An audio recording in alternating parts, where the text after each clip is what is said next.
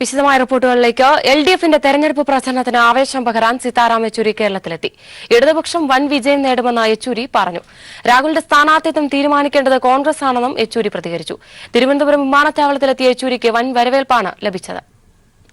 It's a democracy. Every party decides whom they want to field and who will fight.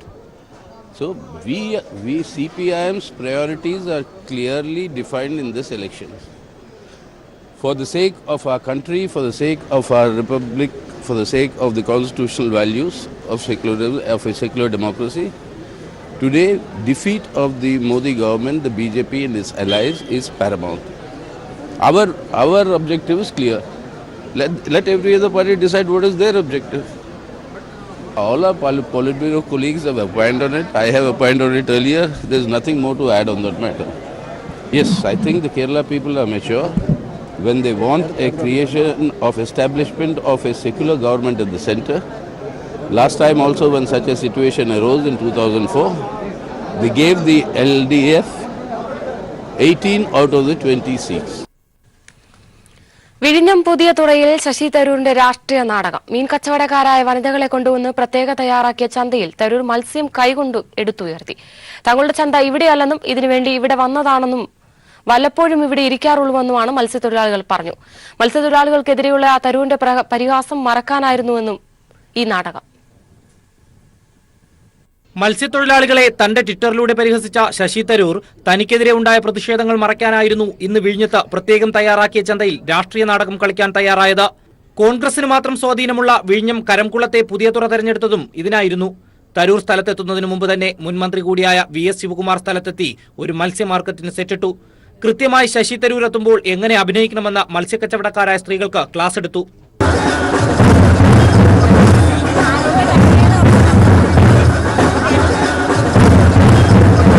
തുടർന്നായിരുന്നു ശശി തരൂർ എന്ന നായകന്റെ വരവ്. സംഭവ സ്ഥലത്തെത്തിയ തരൂർ ഒരു ഓക്കാനവുമില്ലാതെ നല്ല ഒന്നാന്തരം ഒരു മത്സ്യം എടുത്തുയർത്തി. പറഞ്ഞു വെച്ചതുപോലെ കയ്യടിയും മുദ്രാവാക്യം വിളിയും ക്യാമറ ഫ്ലാഷുകൾ മിന്നിമറയലും.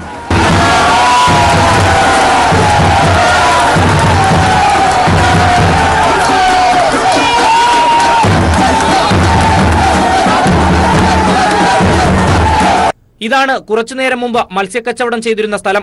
ഇവിടെ തരൂരിനായി സെറ്റിട്ട ചന്ത നാടകം കഴിഞ്ഞ് അഭിനയിച്ചവരെല്ലാം മടങ്ങി. ഈ പ്രദേശത്ത് മത്സ്യ മാർക്കറ്റ് പ്രവർത്തിക്കാറില്ല. തരൂരിന്റെ നാടകത്തിനായി തയ്യാറാക്കിയതാണ് ചന്തയെന്ന് മത്സ്യക്കച്ചവടക്കാരും നാട്ടുകാരും സമ്മതിക്കുന്നു. ഇവിടെ എന്നും ചന്തയുള്ളതാണ്. ഇവിടെ വെച്ച് തന്നെ എന്ന് വിൽക്കുന്നത്. ഇന്നിപ്പോ ഇവിടെ കൊണ്ടുവന്ന എന്താ ഇതിനു വേണ്ടി കൊണ്ടുവന്നത്?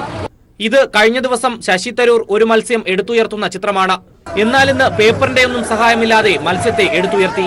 തരൂർ നടത്തിയ പരിഹാസത്തിന്റെ ജാളിത മറയ്ക്കാനുള്ള രാഷ്ട്രീയ നാടകമായി തന്നെ സാംസ്കാരിക കേരളം ഈ നാടകത്തെ വിലയിരുത്തും. മത്സ്യത്തൊഴിലാളികളെ അധിക്ഷേപിച്ച ശശി തരൂരിന് വേണ്ടി അല്പസമയം മുമ്പാണ് ഈ പ്രദേശത്ത് ഒരു രാഷ്ട്രീയ നാടകം അരങ്ങേറിയത്. എവിടെ നിന്നോ കൊണ്ടുവന്ന മത്സ്യത്തൊഴിലാളികളിൽ നിന്ന് മത്സ്യം കൈകൊണ്ടെടുത്തുയർത്തിയാണ് ആ നാടകത്തിന് തുടക്കമായത്. ക്യാമറാമാൻ ചന്ദ്രശേഖരനൊപ്പം റിനു ശ്രീധർ. വിഴിഞ്ഞം പുതിയ തുറയിൽ ശശി തരൂരിന്റെ രാഷ്ട്രീയ നാടകം. മീൻ കച്ചവടക്കാരായ വനിതകളെ കൊണ്ടുവന്ന് പ്രത്യേകം തയ്യാറാക്കിയ ചന്തയിൽ തരൂർ മത്സ്യം കൈകൊണ്ട് എടുത്തുയർത്തി. തങ്ങളുടെ ചന്ത ഇവിടെയല്ലെന്നും ഇതിനുവേണ്ടി ഇവിടെ വന്നതാണെന്നും വല്ലപ്പോഴുമൊക്കെ ഇവിടെ ഇടാറുള്ളൂവെന്നുമാണ് മത്സ്യത്തൊഴിലാളികൾ പറഞ്ഞു. അതേസമയം മീൻ പണമേറ്റാൽ ഓക്കാനം വരുമെന്ന ശശി തരൂരിന്റെ വിവാദ പരാമർശത്തിനെതിരെ മത്സ്യത്തൊഴിലാളികളുടെ പ്രതിഷേധം ശക്തമായതോടെ തന്റെ പരാമർശത്തെ ന്യായീകരിച്ച് ശശി തരൂരിന്റെ വാർത്താസമ്മേളനം വിളിച്ചു. ഇടതുപക്ഷവും BJPയും തനിക്കെതിരെ വ്യാജ പ്രചരണം നടത്തുന്നുവെന്ന വാദമാണ് തരൂർ മുന്നോട്ട് വെച്ചത്. ശുദ്ധ വെജിറ്റേറിയൻ പ്രയോഗത്തിലെ സവർണ ജാതീയതയെക്കുറിച്ചുള്ള ചോദ്യത്തിന് അദ്ദേഹത്തിന് വ്യക്തമായ മറുപടിയും ഇല്ലായിരുന്നു. മീമണമേറ്റാൽ തനിക്ക് ഓക്കാനം വരുമെന്ന് കടലിന്റെ മക്കളെ അപമാനിച്ച് ട്വിറ്ററിൽ ശശി തരൂർ നടത്തിയ പരാമർശത്തിനെതിരെ വ്യാപകമായ പ്രതിഷേധമാണ് ഇന്നും സംസ്ഥാനത്തുടനീളം നടന്നത്. തിരുവനന്തപുരത്ത് മത്സ്യത്തൊഴിലാളി ഫെഡറേഷൻ പ്രതിഷേധം സംഘടിപ്പിച്ചു. CPIM ജില്ലാ സെക്രട്ടറി ആനാവൂർ നാഗപ്പൻ പ്രതിഷേധ പരിപാടി ഉദ്ഘാടനം ചെയ്തു. കർഷക തൊഴിലാളികളുടെയും കൃഷിക്കാരന്റെയും ദേഹത്ത് വിയർപ്പ് ഉണക്കും, മത്സ്യത്തൊഴിലാളിയുടെ ദേഹത്ത് മത്സ്യം ഉണക്കും. ഈ വിയർപ്പിൻ്റെ ഗന്ധവും മത്സ്യഗന്ധവുമാണ് കേരളത്തിൻ്റെ സമ്പദ്ഘടനയെ നിലനിർത്തുന്നത് എന്ന യാഥാർത്ഥ്യം ഒരിക്കലും അദ്ദേഹം വിസ്മരിക്കരുത് എന്നാണ് എനിക്ക് അദ്ദേഹത്തോട് അഭ്യർത്ഥിക്കാനുള്ളത്. നമ്മുടെ സംസ്ഥാനത്ത് മത്സ്യമേഖലയിൽ രാജ്യത്തെ സാധാരണ ജനങ്ങളുടെ കാര്യത്തിൽ ഒരു ഇടപെടൽ പോലും നടത്താത്ത ഒരു MP ആണ് അദ്ദേഹം. തെരഞ്ഞെടുപ്പ് കാലത്ത് തനിക്കെതിരെ ഉയരുന്ന പ്രതിഷേധങ്ങൾ തിരിച്ചടിയുണ്ടാക്കുമെന്ന തിരിച്ചറിവിൽ ശശി തരൂർ വാർത്താസമ്മേളനം വിളിച്ചു ചേർത്തു. കോൺഗ്രസ് അനുകൂല മത്സ്യത്തൊഴിലാളി സംഘടനാ നേതാക്കളെയും കോവളം MLA M. വിൻസെന്റിനെയും കൂടെ കൂട്ടിയായിരുന്നു ശശി തരൂരിന്റെ വാർത്താസമ്മേളനം. ഇടതുപക്ഷവും BJPയും തനിക്കെതിരെ വ്യാജ പ്രചരണമാണ് നടത്തുന്നതെന്ന് അദ്ദേഹം ആക്ഷേപമുന്നയിച്ചു. മനഃപൂർവ്വമായിട്ട് അതിനൊരു ഇല്ലാത്ത അർത്ഥം കൊടുത്തിട്ട് ജനങ്ങൾക്ക് ഓകാരം വരുന്ന ഒരു ശക്തി വരുന്ന തോന്നലുണ്ട്. ഞാൻ ഈ ജീവിതത്തിൽ അങ്ങനെ ചിന്തിച്ചിട്ടില്ല. അങ്ങനെ പറഞ്ഞിട്ട് ഒരു പ്രചരണം ചെയ്യാൻ തുടങ്ങി. ഞാൻ മത്സ്യത്തൊഴിലാളികളെ അപമാനിച്ചു. എന്നാൽ ശുദ്ധ സസ്യബുക്ക് പ്രയോഗത്തിലെ സവർണ ജാതീയതയെക്കുറിച്ച് ചോദ്യമുയർന്നപ്പോൾ ശശി തരൂരിന്റെ പ്രതികരണം ഇങ്ങനെയായിരുന്നു. നിങ്ങൾ ഏത് ചാനലിലാണ് വന്നിരിക്കുന്നത്? ഞാൻ വിചാരിച്ചു നിങ്ങൾക്കൊരു പ്രത്യേക താല്പര്യമുണ്ട് ഇതിനൊന്ന് മനസ്സിലാക്കി. പരാമർശം വിവാദമായതോടെ മത്സ്യത്തൊഴിലാളി മേഖലയിൽ സ്വീകരണ പരിപാടികൾ സംഘടിപ്പിച്ച് മുൻപോട്ടു പോകാനാണ് ശശി തരൂരിന്റെ ശ്രമം. ഇതിന്റെ ഭാഗമായി തീരദേശ മേഖലയിലേക്ക് ഇന്നത്തെ പ്രചരണ പരിപാടികളും മാറ്റിയിട്ടുണ്ട്. News bureau, Thiruvananthapuram. തൊടുപുഴയിൽ ക്രൂരമർദ്ദനത്തിനിരയായ കുട്ടി ലൈംഗികമായി പീഡിപ്പിക്കപ്പെട്ടെന്ന് പോലീസ്. പോസ്കോ നിയമപ്രകാരം അരുൺ ആനന്ദിനെതിരെ കേസെടുത്തു. പ്രതി കഞ്ചാവിന് അടിമയാണെന്നും പോലീസ് പറഞ്ഞു. കുട്ടിക്ക് നിലവിലെ ചികിത്സ തുടരാൻ മെഡിക്കൽ ബോർഡ് നിർദ്ദേശം നൽകി. തലച്ചോറ് മന്ദഗതിയിൽ പ്രവർത്തിക്കുന്നതിനാൽ മസ്തിഷ്ക മരണം സംഭവിച്ചെന്ന് പറയാറായിട്ടില്ലെന്നും ഡോക്ടർമാരുടെ വിദഗ്ധ സംഘം അറിയിച്ചു. ആരോഗ്യവകുപ്പ് മന്ത്രി KK ശൈലജയുടെ നിർദ്ദേശപ്രകാരമാണ് കോട്ടയം മെഡിക്കൽ കോളേജിൽ നിന്നുള്ള ഡോക്ടർമാരുടെ 5-അംഗ സംഘം കുട്ടിയെ പരിശോധിക്കാനെത്തിയത്. ന്യൂറോ സർജനും ശിശുരോഗ വിദഗ്ധനും ഉൾപ്പെട്ട സംഘം കുട്ടിയെ വിശദമായി പരിശോധിച്ചു.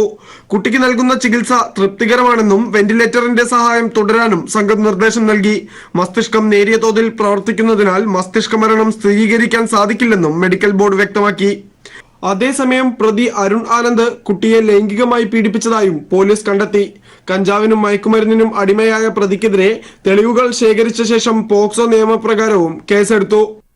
ഇനി വേറൊരു കേസ് കൂടി എടുക്കണം. അദ്ദേഹം മറ്റുള്ള ഈ കുട്ടീനെ തന്നെ സെക്ഷലായിട്ടൊന്ന് ഹറാസ് ചെയ്തിട്ടുണ്ട്. അപ്പൊ ചൈൽഡ് ലൈൻ പ്രവർത്തകരുടെ ഒരു ഇതോടുകൂടി തന്നെ നമ്മൾ ഇനി വേറെ കേസ് കൂടി എടുക്കേണ്ടതാണ്. സംഭവവുമായി ബന്ധപ്പെട്ട് അറസ്റ്റിലായ പ്രതി അരുൺ ആനന്ദിനെ വൻ പോലീസ് സന്നാഹത്തോടെ കുമാരമംഗലത്തെ വീട്ടിലെത്തിച്ച് തെളിവെടുപ്പ് നടത്തി. വീടിനുള്ളിലെ ഭിത്തിയിൽ നിന്ന് ചോരക്കറയും കുട്ടിയെ മർദ്ദിക്കാൻ ഉപയോഗിച്ച മുറിഞ്ഞ വടികളും അന്വേഷണ സംഘം കണ്ടെടുത്തു. 15 മിനിറ്റ് നീണ്ട തെളിവെടുപ്പിന് ശേഷം പ്രതിയെ പുറത്തേക്ക് കൊണ്ടുവന്നപ്പോൾ നാട്ടുകാർ അസഭ്യവർഷവുമായി പാഞ്ഞെടുത്തു. തുടർന്ന് കനത്ത പോലീസ് സുരക്ഷയിലാണ് പ്രതിയെ സ്റ്റേഷനിലെത്തിച്ചത്. 1 മാസം മുൻപ് ഭാര്യ ഭർത്താക്കന്മാർ എന്ന പേരിലാണ് യുവതിയും അരുണും ഇവിടെ വീടെടുത്ത് താമസം തുടങ്ങിയത്. അയൽവാസികളുമായി ഇവർ അധിക ബന്ധം പുലർത്തിയിരുന്നില്ലെന്ന് നാട്ടുകാർ പറഞ്ഞു. സംഭവം നടന്ന ദിവസം ഇവരുടെ വീടിന് മുകൾ നിലയിൽ താമസിക്കുന്നവർ സ്ഥലത്ത് ഇല്ലായിരുന്നു. പ്രതിയുടെ കാറിൽ നിന്ന് മദ്യക്കുപ്പിയും മഴുവും പോലീസ് നേരത്തെ കണ്ടെടുത്തിരുന്നു. ഞെട്ടിക്കുന്ന വിവരങ്ങളാണ് പ്രതിയെ ചോദ്യം ചെയ്തതിൽ നിന്ന് പോലീസിന് ലഭിച്ചിരിക്കുന്നത്. അതേസമയം കുട്ടിയുടെ ജീവൻ രക്ഷിക്കാനുള്ള ശ്രമത്തിലാണ് ഡോക്ടർമാർ. കോലഞ്ചേരിയിൽ നിന്നും വിഷ്ണുപ്രസാദ്. കൊല്ലം ഓയൂരിൽ യുവതിയെ പട്ടിണിക്കിട്ട് കൊലപ്പെടുത്തിയ സംഭവത്തിൽ ഭർത്താവിനെയും ഭർത്തൃമാതാവിനെയും പോലീസ് അറസ്റ്റ് ചെയ്തു. കരുനാഗപ്പള്ളി സ്വദേശിനി തുഷാരയാണ് മരിച്ചത്. ഓയൂർ സ്വദേശി ചന്തുലാൽ, ഗീതാലാൽ എന്നിവരെയാണ് പോലീസ് അറസ്റ്റ് ചെയ്തത്. മാർച്ച് 21-നാണ് തുഷാര മരണപ്പെടുന്നത്. മരിച്ച നിലയിൽ കൊല്ലം ജില്ലാ ആശുപത്രിയിലെത്തിച്ച് ഭർത്താവും വീട്ടുകാരും മുങ്ങുകയായിരുന്നു. സ്ത്രീധന പീഡനം മൂലമാണ് മരണമെന്ന് പരാതി ഉയർന്നതോടെ പോലീസ് സംഭവത്തെക്കുറിച്ച് വിശദമായ അന്വേഷണം നടത്തി. ഇതിലാണ് ഞെട്ടിപ്പിക്കുന്ന വിവരങ്ങൾ പുറത്തുവന്നത്. തുഷാരയ്ക്ക് വേണ്ടത്ര ഭക്ഷണമോ പോഷകാഹാരങ്ങളോ ലഭിച്ചിരുന്നില്ല. ശാരീരികവും മാനസികവുമായ പീഡനം മൂലമാണ് മരണം സംഭവിച്ചതെന്നും പോസ്റ്റ്മോർട്ടം റിപ്പോർട്ടിലും വ്യക്തമായി. മരണസമയത്ത് 21 കിലോ ഭാരം മാത്രമാണ് തുഷാരയ്ക്ക് ഉണ്ടായിരുന്നത്. പലപ്പോഴും മകളെ കാണാൻ പോലും ഭർത്താവും വീട്ടുകാരും അനുവദിച്ചിട്ടില്ലെന്ന് തുഷാരയുടെ അമ്മ പറഞ്ഞു. നമ്മൾ ഫോൺ ചെയ്താൽ തന്നെയാണ് ഫോൺ കൊടുക്കത്തില്ല കുഞ്ഞിന്. അവൻ പല കാരണങ്ങളും പറഞ്ഞു. ഞാൻ പുറത്തേക്ക് വീട്ടിൽ വന്നിട്ട് വിളിക്കാം. നമ്മൾ 2-3 പ്രാവശ്യം വിളിക്കുമ്പോൾ അവൻ പറയും ഞാൻ പുറത്താണ്, ഞാൻ വന്നിട്ട് വിളിക്കാമെന്നും പറഞ്ഞു. പിന്നെ ചില സന്ദർഭങ്ങളിൽ അവൻ ഫോൺ എടുക്കാറ് പോലും. തുഷാരയുടെ ഭർത്തൃമാതാവ് ഗീതാലാൽ ആഭിചാരവും മന്ത്രവാദവും വീട്ടിൽ നടത്തിയിരുന്നെന്ന് നാട്ടുകാർ പറഞ്ഞു. ദുർമന്ത്രവാദത്തിനെതിരെ പരാതിപ്പെട്ടിട്ടും നടപടി ഉണ്ടായില്ല. BJP പ്രാദേശിക നേതാക്കൾ ഇടപെട്ട് പ്രശ്നം ഒത്തുതീർപ്പാക്കിയെന്നും നാട്ടുകാർ ആരോപിക്കുന്നു. നിരന്തരം ചീത്ത വിളിക്കുകയും വീട്ടിന്റെ മുറ്റത്ത് കയറി വന്ന് അടിക്കാൻ വരികയും ഈ പെണ്ണിനെ ഇവിടുന്ന് അടിച്ചെടുത്ത് അവിടെ പൊക്കി എടുത്തോണ്ട് വന്നിട്ട് ഉച്ചക്കൊക്കെ ആ പെണ്ണ് ഞങ്ങൾ അയ്യത്തെ ഓടിക്കയറി വരുന്നതിന് എന്നെ ചീത്ത വിളിക്കായിരുന്നായിരുന്നു. ഞങ്ങൾക്ക് ശല്യമായിട്ട് മാറിയേക്കോ. ഞങ്ങൾ എന്തോ ചെയ്യണമെന്ന് പറഞ്ഞുകൊണ്ടിരിക്കുന്നു. ഞങ്ങൾ ഇന്നലെ സ്റ്റേഷനിൽ പോകാൻ തുടങ്ങി. പക്ഷെ ഞങ്ങൾക്ക് നീതി കിട്ടത്തില്ല. രാഷ്ട്രീയക്കാരെയും BJPക്കാരെയും എല്ലാം കൂടെ കൊണ്ടുവന്ന് ഞങ്ങളെ കൊല്ലുമെന്ന് പറഞ്ഞുകൊണ്ട് ഭയങ്കര ഭീഷണി. ചന്തുലാലിനും കുടുംബത്തിനും പരിസരവാസികളുമായി വലിയ അടുപ്പമുണ്ടായിരുന്നില്ല. പീഡനവിവരം പുറത്തറിയാതിരിക്കാൻ ഇതും ഒരു കാരണമായി. കേസിൽ ചന്തുലാലിനെയും അമ്മ ഗീതാലാലിനെയും പോലീസ് അറസ്റ്റ് ചെയ്തിട്ടുണ്ട്. സംഭവത്തിൽ മറ്റാർക്കെങ്കിലും പങ്കുണ്ടോ എന്ന കാര്യവും പോലീസ് വിശദമായി അന്വേഷിച്ചു വരുന്നു. ന്യൂസ് ബ്യൂറോ, കൊല്ലം. വയനാട്ടിലെ സ്ഥാനാർത്ഥി പ്രഖ്യാപനം വൈകുന്നതിൽ മുസ്ലിം ലീഗിന് അമർഷം. പാണക്കാട് ഹൈദരലി തങ്ങൾ മുസ്ലിം ലീഗിന്റെ പ്രതിഷേധം ഹൈക്കമാൻഡിനെയും കെപിസിസിയെയും അറിയിച്ചു. കോൺഗ്രസ് മുന്നണിയുടെ വിജയസാധ്യത ഇല്ലാതാക്കുന്നുവെന്ന് ലീഗ് നേതൃത്വം. വയനാട്ടിൽ രാഹുൽ ഗാന്ധി മത്സരിക്കാനെത്തുമെന്ന വാർത്ത ആവേശത്തോടെ മുസ്ലിം ലീഗ് സ്വാഗതം ചെയ്തിരുന്നു. എന്നാൽ തീരുമാനം വൈകുന്നത് ലീഗ് നേതൃത്വത്തെ അമർഷത്തിലാക്കി. മണ്ഡലത്തിലെ മുന്നണിയുടെ വിജയസാധ്യത കോൺഗ്രസ് ഇല്ലാതാക്കുന്നുവെന്ന ആശങ്ക മുസ്ലിം ലീഗ് വയനാട് ജില്ലാ കമ്മിറ്റി നേതൃത്വത്തെ അറിയിച്ചു. തുടർന്നാണ് പാണക്കാട് ഹൈദരലി തങ്ങൾ നേതൃയോഗം വിളിച്ചത്. മുസ്ലിം ലീഗിന്റെ പ്രതിഷേധം ഹൈദരലി തങ്ങൾ ഹൈക്കമാൻഡിനെയും കെപിസിസിയെയും അറിയിച്ചെന്ന് പി കെ കുഞ്ഞാലിക്കുട്ടി യോഗത്തിനു ശേഷം മാധ്യമങ്ങളോട് പറഞ്ഞു. നേരത്തെ മുതൽ ഞങ്ങൾ രാഹുൽജിയെ സ്വാഗതം ചെയ്യുന്ന നിലപാടാണുള്ളത്. അതേ നിലപാട് തുടരുന്നു. അതിലൊന്നും യാതൊരു മാറ്റവും ഇല്ല. അത് സംബന്ധിച്ച് പറഞ്ഞ നിലപാടൊക്കെ പറഞ്ഞത് തന്നെ, തങ്ങൾ പറഞ്ഞതൊക്കെ പറഞ്ഞത് തന്നെ.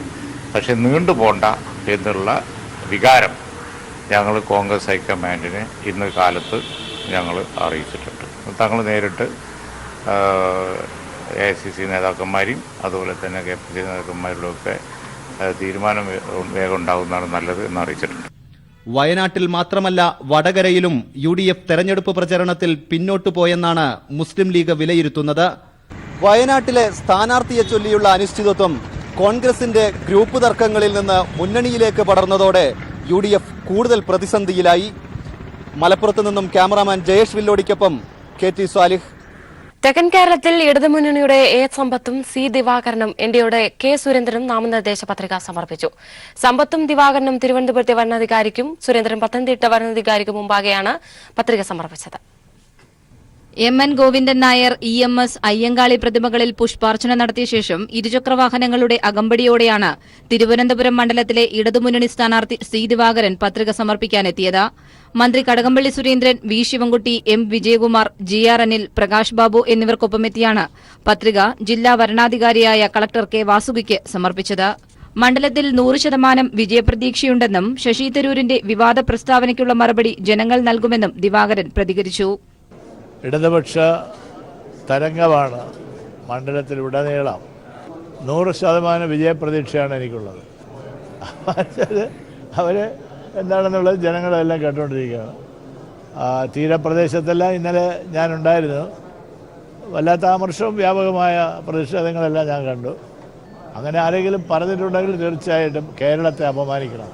EK നായനാർ ചിത്രത്തിൽ പുഷ്പാർച്ചന നടത്തിയും EK നായനാർ ട്രസ്റ്റിൽ നിന്നും കെട്ടിവെക്കാനുള്ള തുക ഏറ്റുവാങ്ങിയ ശേഷവുമാണ് പത്രിക സമർപ്പിക്കാനായി A സമ്പത്ത് എത്തിയത്.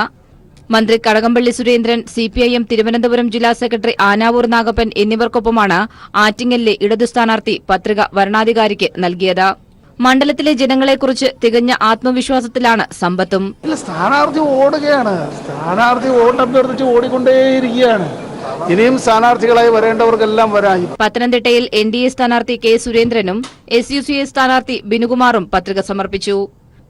വിവിധ ബ്യൂറോകൾക്കൊപ്പം ന്യൂസ് ബ്യൂറോ, തിരുവനന്തപുരം. പരിഷ്കരിച്ച ബ്രെക്സിറ്റ് പ്രമേയവും ബ്രിട്ടീഷ് പാർലമെന്റിൽ പരാജയപ്പെട്ടു. പ്രധാനമന്ത്രി തെരേസ മേയുടെ പ്രമേയം 286-നെതിരെ 344 വോട്ടിന് പാർലമെന്റ് തള്ളി. മൂന്നാം തവണയാണ് യൂറോപ്യൻ യൂണിയൻ വിടാനുള്ള കരാർ തള്ളുന്നത്. മുൻപ് 2 തവണ മേയുടെ പ്രമേയം പാർലമെന്റ് വോട്ടിനിട്ട് തള്ളിയിരുന്നു. പാസായാൽ രാജിവെക്കാൻ എന്ന വാഗ്ദാനത്തോടെയാണ് പുതിയ കരാറുമായി തെരേസ മേ വീണ്ടും എത്തിയത്. പക്ഷേ മേയുടെ വാഗ്ദാനം പാർലമെന്റ് കണക്കിലെടുത്തില്ല.